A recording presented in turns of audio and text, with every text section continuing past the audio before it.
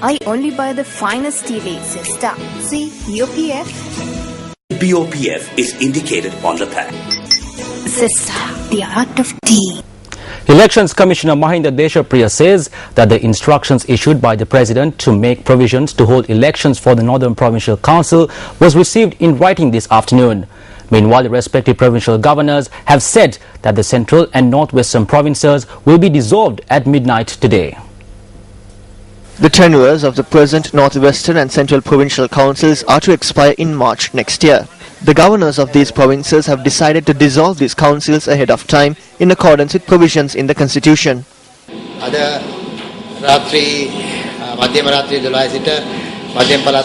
The Central Provincial Council will be dissolved at midnight tonight. Steps have been taken to implement my order, and I signed the relevant document this morning.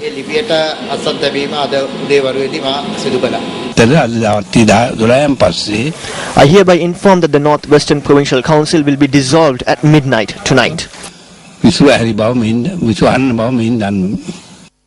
The President issued a proclamation to the Elections Commissioner this morning to hold elections for the Northern Provincial Council. Elections Commissioner Mahinda Deshapriya said that accordingly, preparations are being made to hold Provincial Council elections for the North, Central and Northwestern provinces under Section 10, Subsection 1 of the Provincial Councils Elections Act No. 2 of 1988.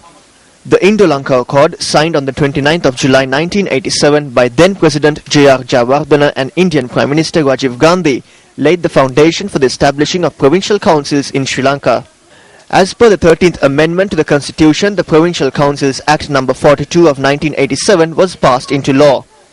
As per this amendment, 8 provincial councils were established. These were the Western, Central, Southern, North Central, Northwestern, Over and Northeastern provincial councils.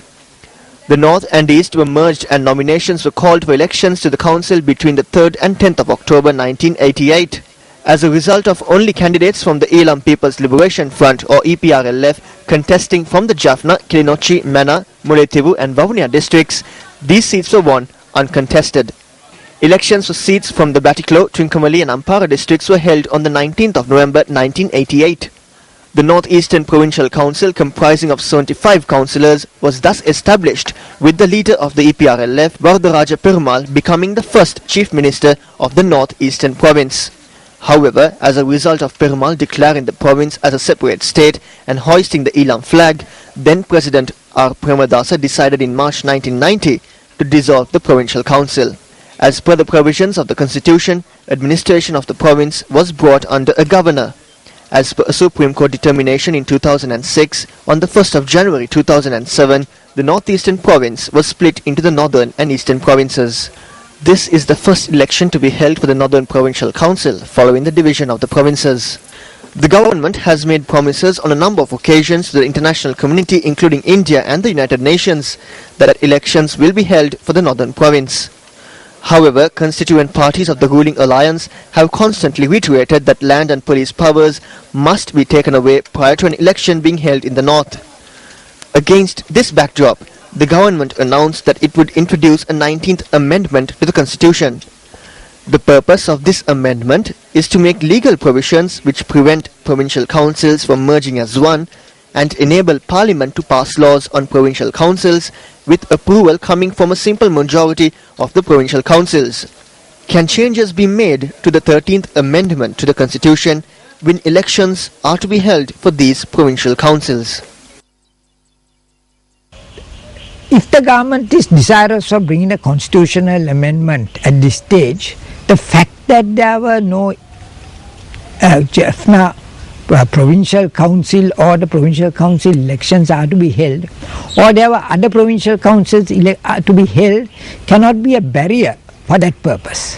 But the real issue here for not bringing the 13th Amendment into operation by way of an amendment is more the reason that there could be many controversies arising and international disturbances because of the fact that I think they want to have some kind of tranquility during the period that the Commonwealth Conference is scheduled in the month of November 2014.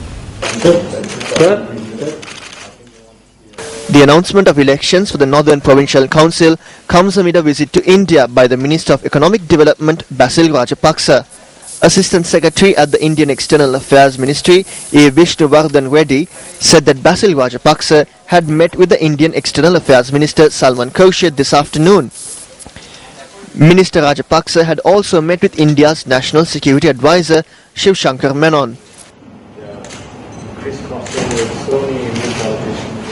This is a historical day because Excellency the President Mahinda Rajapaksa announced the Northern Province elections. So it will be held very soon, September. So he signed the proclamation to ordering the Election Commission to constitute the Northern Provincial Council. We have started from implementing the 3D concept, that is the demilitarization of the Northern Province.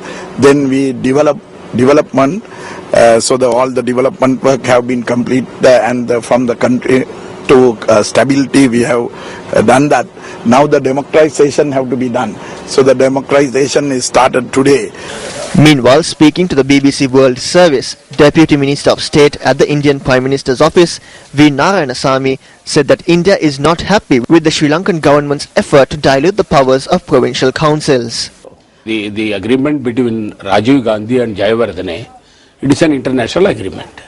It is not an agreement that has been signed within the Sri Lankan government. If it is signed within the Sri Lankan government, it will not bind India. When it was signed between the two sovereign governments, both the governments are bound to implement the agreement. Yeah, but in the international parlance, when an agreement has been signed internationally by two countries, both the countries are bound by it. Supposing if there is a change of mind in one government, they should renegotiate with the government concerned where they entered into an agreement. They cannot unilaterally cancel the agreement. Two constituent parties of the UPFA who were opposed to the 13th Amendment to the Constitution, the National Freedom Front and the Jathika Hela Urumaya, refused to comment on the holding of elections. Parliamentary Group Leader of the Tamil National Alliance, MP R. Sambandhan, said that a decision would be made following discussions with party representatives.